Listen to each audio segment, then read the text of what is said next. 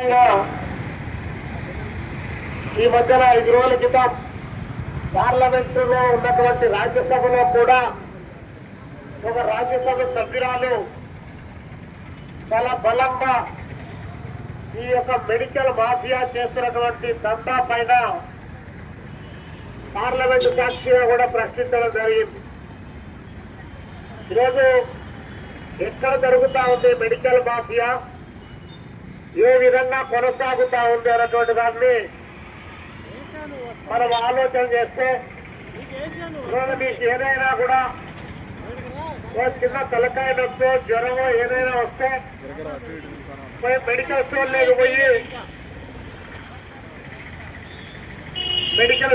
పోయి మన మందులు తీసుకోవాలన్నా కూడా ఆ మందుల షాపుల్లో బి-ఫార్మసీ చదివినటువంటి వాళ్ళు అక్కడ లేకుండా కేవలం